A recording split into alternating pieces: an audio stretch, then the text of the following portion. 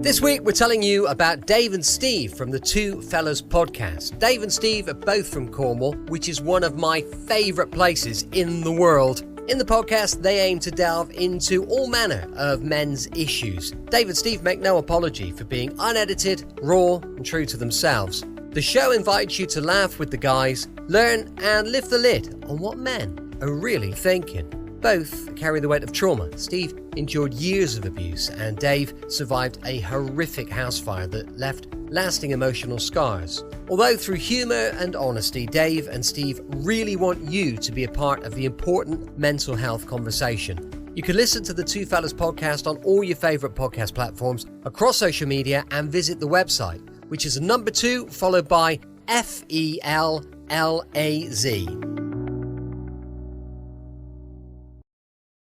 Well, hello, cheeky. Welcome to another episode of Brett's Old Time Radio Show, and welcome to my home here in the beautiful Lyme Bay. Time this evening, well, do you know, it's crazy with all of our shows at the moment. They're all coming to an end around the same time, so I'm having to have a proper search to make sure that I find you some quality shows to take their places. But hopefully we'll manage and we'll be fine. The great news is we've got masses of insurance investigator Johnny Dollar. We've also got loads of episodes of Sherlock Holmes, so we're okay. We're fine. We're gonna crack on.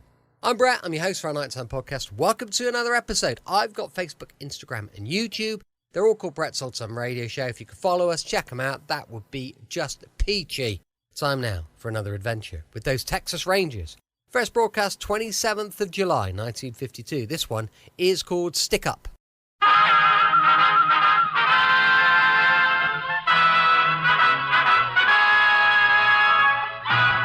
Tales of the Texas Rangers, starring Joel McRae as Ranger Jace Pearson. Another authentic reenactment of a case transcribed from the files of the Texas Rangers.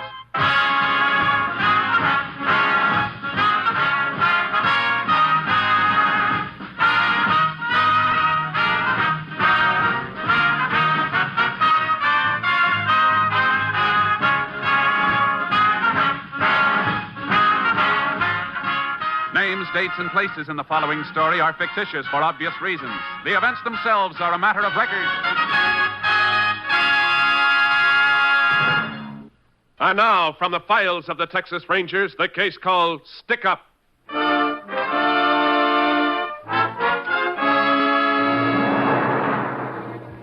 It is early morning, September 6, 1938, the day after Labor Day.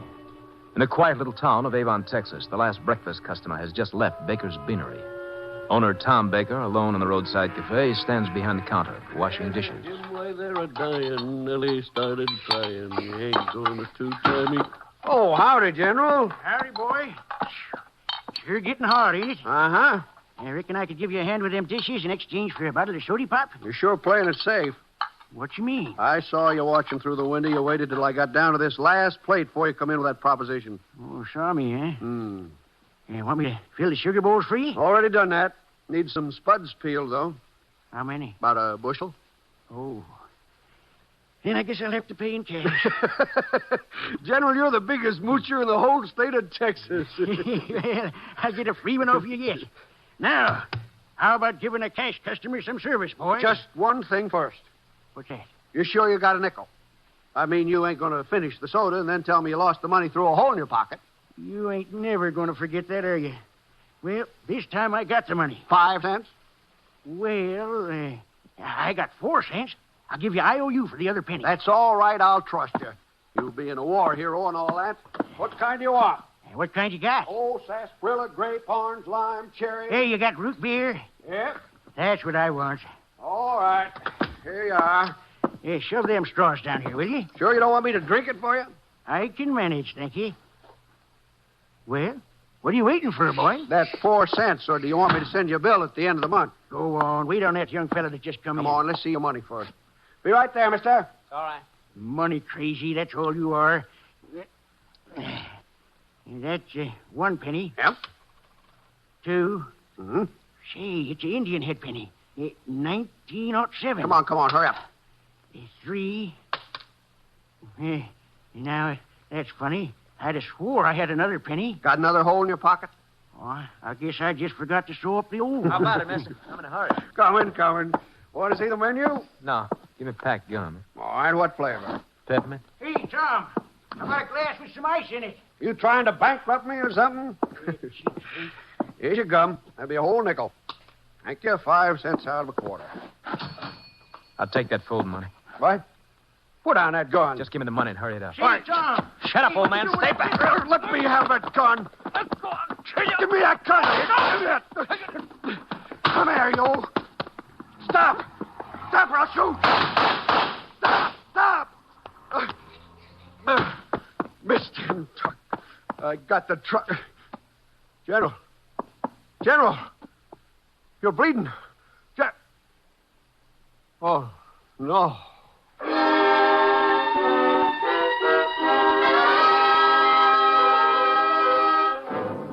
Tom Baker notified the sheriff's office of the attempted robbery and killing. Sheriff Lon Gunther could not be reached immediately, and the assistance of the Texas Rangers was requested. Ranger Jace Pearson was assigned and arrived at the scene 10 minutes later. The sheriff arrived soon after, and he joined the ranger in questioning Mr. Baker. Is the gun on the counter, Mr. Baker? Yeah, that's it, Ranger. I was trying to get it away from the guy when it went off. I never should have done it. I should have just given him the money. The general might be alive right now if I had. No, there's no use figuring that way, Tom. Well, Did you cover him up with those towels? yeah, I couldn't stand them people looking in at him. Well, I know how you feel, Tom. All of us who knew him had a soft spot for the old boy. You know, it's a funny thing. I never did know his real name. Mm-hmm. How'd the killer escape? The truck, I fired at him a few times before he drove off. You hit him? I don't think so, but I know I put a couple holes in the back of the truck. What kind was it? Half-ton pickup, painted red. Did you get the license number? No, I didn't. How about the make and year? Well, I don't know the make, but I'd say it was about a 34 model. Where was the truck parked? Under the live oak over there. You can see through the window here. It's right over there. Uh-huh. And it was parked kind of catty corner, so he had to jump in the right side. Could you see into the cab? No, I couldn't. What'd the man look like? Oh, about average height, dark hair, just an ordinary-looking guy. How old? In his 20s, I'd say. How was he dressed? Denim pants, a black cowboy shirt with white piping. Like tore his sleeve off when we was fighting. We put out an all-points bulletin, Sheriff. You might not find it so easy to hide a red truck with bullet holes in it.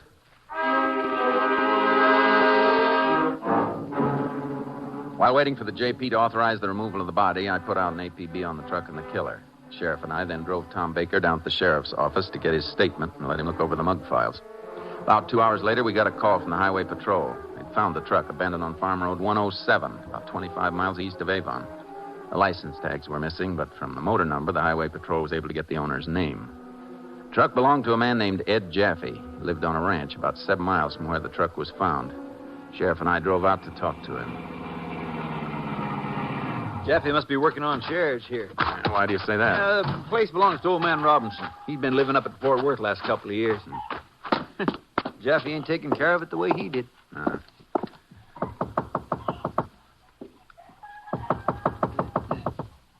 a minute. Yes? Howdy, ma'am. I'm Sheriff Gunther. This is Ranger Pearson. Is Ed Jaffe here? Oh, did you find our truck? Yes, ma'am. What do you think, Martha? A ranger and a sheriff. They found the truck. A dead. Come on in, won't you? Thanks. I just got back from my sister's. Been there over Labor Day. And when Ed told me our truck was stolen, I was just sick about it. Howdy, Ranger. Sheriff. Howdy. You fellas sure work fast. I just reported that truck missing about a half hour ago.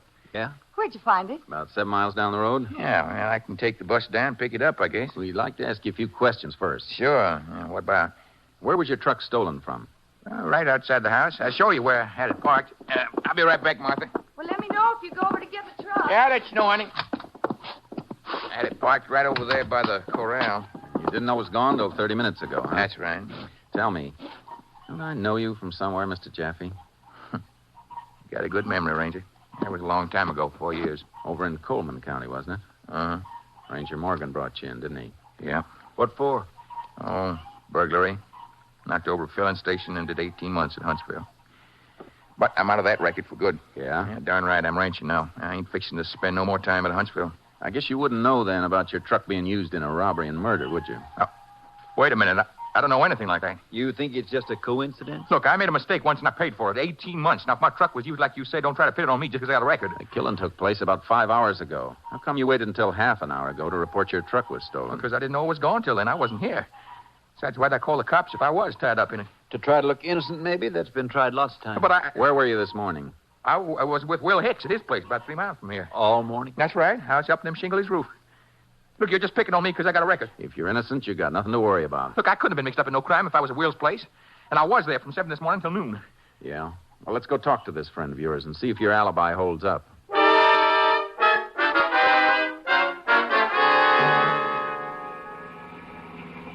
At his house over there? Yeah, just turned down this dirt road. There's somebody working on the roof, all right. Sure, that's Will. I told you he was putting shingles on it. Don't you want me to come with you? No, you stay here with the sheriff. Mr. Hicks? Yeah. Can you come down for a while? I want to talk to you. Just a minute. Well, get this roof finished. Say it's going to rain tonight. What can I do for you, Ranger? You know where Ed Jaffe was this morning? Ed? Oh, why, sure. He's right here with me. Oh, say, what you doing over there in the car with the sheriff? We've been talking to him. How long was he here this morning? Oh, let's see. I drove over and got him about 7. He helped me on the roof till about noon, I guess. Did you take him home then? Yeah, he had to get started on his chores. Are you checking up about his pickup being stolen? That's part of it. Yeah, we saw it was missing as soon as we got over to his place. Did Mr. Jaffe leave you at any time during the morning? No, we were working together the whole time. You know, I'm surprised they sent a ranger on just a car theft. It's more than that, Mr. Hicks. Your friend's truck was used in a robbery and killing. Killing? Yeah. I'd like you to come down to the sheriff's office in Avon and make a written statement about Jaffe being here all morning. Well, is that necessary? I'm afraid so. Well, say, Ranger, can I do that a little later, in about an hour? I'd like to get this roof finished if I can. The radio said we're going to have rain tonight. That'll be all right, Mr. Hicks. We'll see you then. And thanks for your help. Well, that's okay. What'd he tell you, Ranger? He says you were here, all right. You gonna take me home now? Not yet. I want someone to take a look at you. Who's that? The man who saw the killer face to face.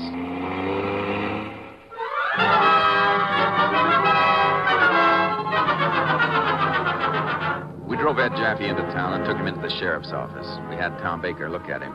He was positive Jaffe was not the killer. We had one of the sheriff's deputies drive Jaffe back to his ranch and proceeded to show Tom Baker more mugshots of every man picked up for robbery in the county within recent years. An hour later, Mr. Baker was still looking. This one? No? No? No. How about this one, Mr. Baker? No. Let me see. No, nothing like him. Yeah, that's the last of this bunch. I declare I'm bushed. Must have looked at 1,000 of these pictures. And quite, but these are the most likely ones. You mean you got more? Thousands of them. We'll have to get them from Austin. Oh, excuse me. They didn't tell me you were busy. Come on in, Mr. Hicks. We're just about finished. Sorry I took so long getting here. That's okay. Mr. Hicks, this is Tom Baker. Howdy. Howdy. Ranger, is there anything else I can do for you now? I guess you might as well go home and get some rest. You had a rough day. We'll call you just as soon as we get those other mugshots here. All right. I am kind of done in. I'll be over at the beanery when you want me. So long. So long, Tom. Bye, Mr. Baker. Sit down, Mr. Hicks. We'll take your statement now. Thanks. Ranger, I got to tell you something. What is it? That fella just left here. Is he the one who saw the killer? Yeah. Has he seen Ed? Just a little while ago. He definitely cleared him, though. Well, I'm sure glad to hear that. But I still got to tell you something. What's on your mind, Mr. Hicks? Well, it's hard for me to say this. I never lied to no officer of the law before. But I just thought I was doing Ed a favor and it wouldn't hurt nobody. What do you mean? Well, Ed come to me just before noon. You know his wife was away. Yeah. And he said he'd been down here in town seeing some gal he knows. You know how some fellas are. And what about it? Well, he told me his pickup was really stolen in front of this gal's house. And he didn't want his wife to find out where he was. So he asked me to tell her or anybody else that he was with me all morning helping to fix my roof. He wasn't with you? No, sir. He wasn't. Why didn't you tell me that before? Well, when you told me it wasn't just a stolen truck, but a killing, why, I just didn't know what to do. Uh-huh. Well, that sure puts a new light on things. In the first place, I don't think there was a woman.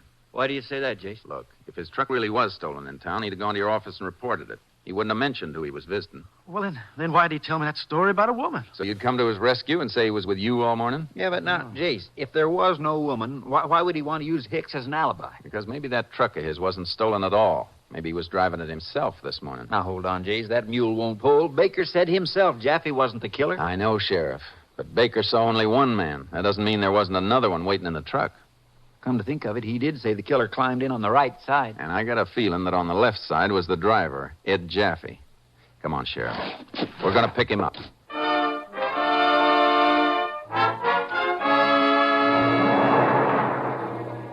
With Jaffe no longer having an alibi, the sheriff and I were pretty sure he could have been involved in the killing. We had the local magistrate issue a search warrant and headed out to Jaffe's place. It was about 5:30 in the afternoon when we pulled up in front of his house. Mrs. Jaffe heard our car approaching and came out to see who it was. Howdy, Ranger. Sheriff. Howdy, ma'am. Jaffe? How come you wouldn't let Ed bring the truck back? We're afraid we have to hold it for a while, for evidence. Your husband here, Mrs. Jaffe? No, he's out moving the cows from the lower section up to the north range. How long ago did he leave? He took off just after he got back from town, about half an hour ago. Is he on foot? No, he saddled up the mare. You gents want to come in, wait for him? No, thanks. I think we'll ride out and meet him. Could I borrow one of your horses, ma'am? Why, sure, Sheriff. Take that roan from the corral over there. Thank you. I'll get charcoal out of the trailer. If you want to wait, I know Ed'll be back pretty soon. I'm afraid the business we've got with your husband, ma'am, won't wait.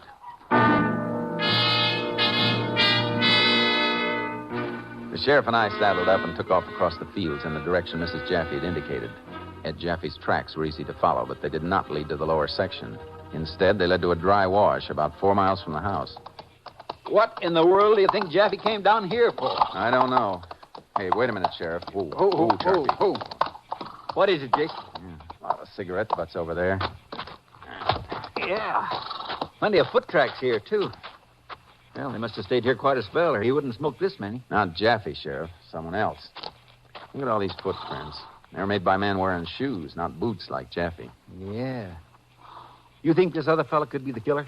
Maybe hiding out here and Jaffe came to meet him? I don't know. Jaffe met someone here, all right. Yeah. Whoever it was, he sure must have been nervous. Darn near wore a rut in the dirt, pacing up and down. Come here, Sheriff. What is it, Jace?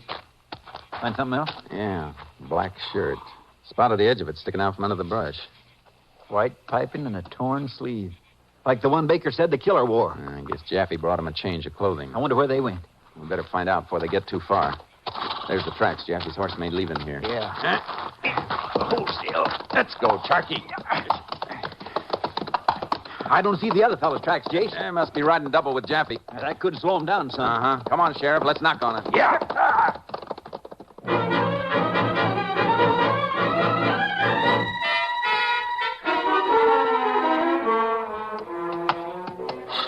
Hey, Jace! Whoa, Charky. Oh, boy. Jace, I saw Jaffe from up there. He was coming toward us. You riding through the wash? No, he's above it, coming this way. Come on, Charky.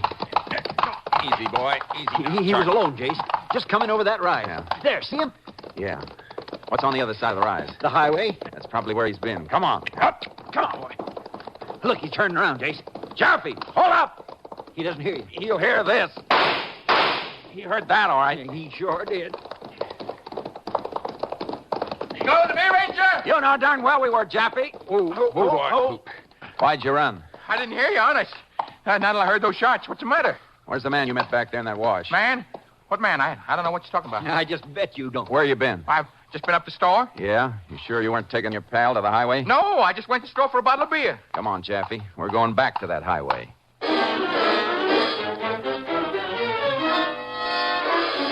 The sheriff and I took Jaffe back to the highway. There was no sign of the other man. We went to the nearby store. The owner told us Jaffe had not been in all day. We then drove Jaffe into town and began questioning him. He kept insisting he was innocent. Why do we have to go over the whole thing again, Ranger? I tell you, it's all a big mistake of some kind. No use lying anymore, Jaffe. We followed your tracks and found that shirt on your property. I never saw that shirt before. Look, Ranger, just because I got a record, that don't mean I'm mixed up in nothing. Then why'd you lie about where you were this morning? All right, I tell you. I was with a woman. I didn't want my wife to know, and What's her name? I don't remember. I don't know it too well. Where's she live? I don't know the name of the street. That story is no good, Jaffe. What do you mean? You think I'm lying? Yes. Well, I ain't. You got no right to say that. Now, listen to me, Jaffe. We know you spun that yarn to Hicks about a woman, so he'd give you an alibi for this morning. But you weren't with a woman, and you weren't with Hicks. Yeah, well, where was I? I'll tell you where you were. You were in your pickup truck. It wasn't stolen. You were driving it. No, I wasn't. You had this other fellow with you, the one wearing the black shirt. And the two of you stopped at Baker's Cafe. No. You kept the motor running while he went in. I wasn't there, I tell you. You're an accomplice. You're as guilty as if you pulled the trigger yourself. Now, wait a minute. Look, suppose I was there. I was outside. I didn't tell him to go in there and knock over the place. That's something you're going to have to prove in court. But if you don't tell us who the other fella is, you're going to stand this murder rap alone. They'll throw the book at you. You think I'm kidding? Then who is he? What's his name? Cal Martin. I met him about a month ago in Tipton. Just a punk. Works behind the soda fountain in the bowling alley over there. Does he have a record? He don't have nothing, including brains. He's just driving along, and he said he wanted to stop at Baker's place and get a drink of water. Said he was thirsty. So I stopped. Didn't know he had a gun on him. After the old man was killed, what'd you do then? Oh, we ditched the truck where you found it and hiked over toward my place. I told Martin to stay in that wash and keep outside till it got dark. Then I went over to Will Hicks and asked him to say I was with him. Right after that, you called the highway patrol to report your truck was stolen. Yeah. This afternoon, I took Martin one of my old shirts so we could get rid of that black one. Darn thing stood out like a sore thumb. Where'd you take him? Over at the highway. Flagged down a bus going toward Tipton. Is that where he lives? Yeah. We said he was going to pack and try to make it down to Mexico. Let's get over to Tipton, Sheriff. Maybe if we hurry, we can change his plans. The sheriff booked Ed Jaffe immediately, and the two of us took off for Tipton. We arrived there about 9:30 that night. Reckon he's still here, Jay? Could be. I phoned the bus station while you were getting the warrant. No bus leaving here till midnight. He's probably waiting in his room rather than go out in the street. There's room, too. There's a light under the door. Guess he's still here. Hear anything? No. Sounds like he's in there, Jace. Open up, Martin. It's locked. You better cover me, Sheriff, while I break it in. Well, he's gone. Take a look in that closet. Okay, Jace. Not in here, Jace. I guess he... What's the matter? Shh. He's outside on the ledge next to the window. I saw the edge of his jeans. What? Well, let's get him. No. My jumper fall. Well, I guess he's already skipped, Sheriff. Yeah, I guess he has, Jace. Let's go. All right. Well, we'll go down and try the bus station. That's a good idea. I have to get this door fixed tomorrow. Yeah, we sure will. Let's keep walking down the hall. You think he'll come back in the room now? He will if he fell for our little act. You go on downstairs and outside. He might get scared and jump anyhow. Are you going back and wait at the door? Yeah, keep going so he can hear your steps going down. Okay, but you watch yourself, Jace.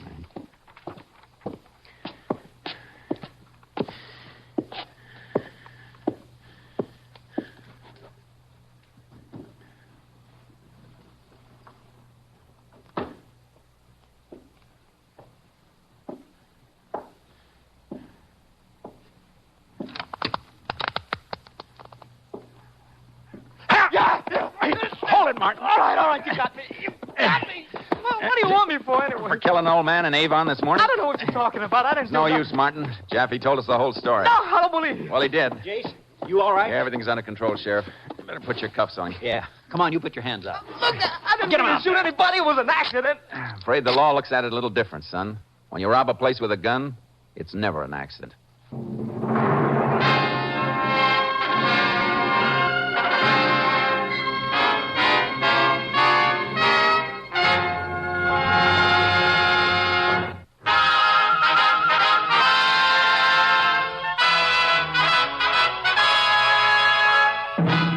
And now, here are the results of the case you have just heard. Cal Martin and Ed Jaffe were charged with armed robbery and murder with malice. Jaffe was sent to the retrieve unit of the state penal system to serve a 30-year sentence. On February 9th, 1939, Cal Martin was sentenced to 32 years at the state penitentiary in Huntsville. Next week, Joel McRae in another authentic reenactment of a case from the files of the Texas Rangers.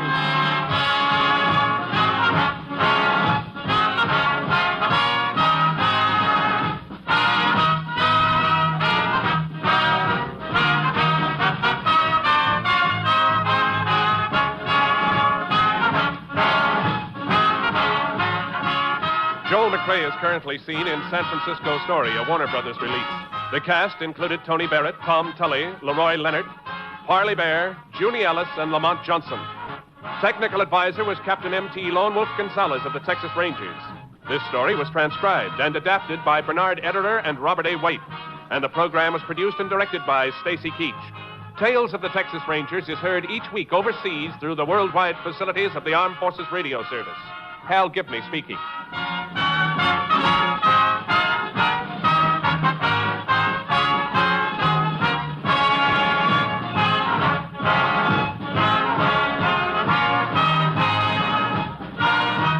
Welcome back. Hope you enjoyed our latest adventure with the Texas Rangers. And don't forget, we'll be back tomorrow with some comedy. Dad's Army, going live at 5 p.m. GMT. And as I mentioned many times, we've got a supporter page, patreon.com/Sunday Night Mystery, that matches up with our new podcast, Sunday Night Mystery, and our book on Amazon, Sunday Night Mystery. Please do check them out. And if you could share them across your social media, well, that'd be even better. Thanks for listening. I'll be with you 7 days a week, each and every week, and I'll see you tomorrow on Brett's Old Some Radio Show. Love you. Bye.